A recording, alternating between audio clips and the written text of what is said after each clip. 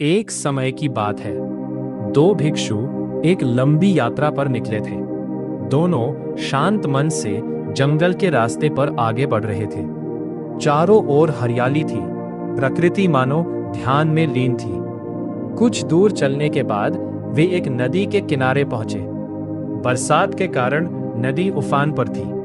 पानी का बहाव इतना तेज था कि उसे पार करना आसान नहीं था। नदी के किनारे एक युवा स्त्री घबराई हुई खड़ी थी। उसे दूसरी ओर जाना था। वरिष्ठ भिक्षु ने उसकी परेशानी देखी और बिना एक पल गंवाए मुस्कुराकर कहा, आओ, मैं तुम्हें सुरक्षित नदी पार करा देता हूँ। उन्होंने उस स्त्री को अपने कंधों पर उठाया, सावधानी से उफनती नदी पार की और दूसरी ओर उतार दिया। स्त्री ने हाथ जोड़कर उनका धन्यवाद किया और अपने रास्ते चली गई। दोनों भिक्षु भी अपनी यात्रा पर आगे बढ़ गए। लेकिन युवा भिक्षु के मन में एक सवाल बार बार उठ रहा था। उनके नियमों के अनुसार किसी स्त्री को छूना भी वर्जित था। वो सोचता रहा कि गुरुजी ने ऐसा कैसे किया। घंटों बीत गए, सूरज ढलने लगा। आखिरकार युवा भिक्षु खुद को रोक नहीं पाया। उसने विनम्रता से पूछा, गुरुजी, हमें तो किसी स्त्री को छूने की भी अनुमति नहीं है।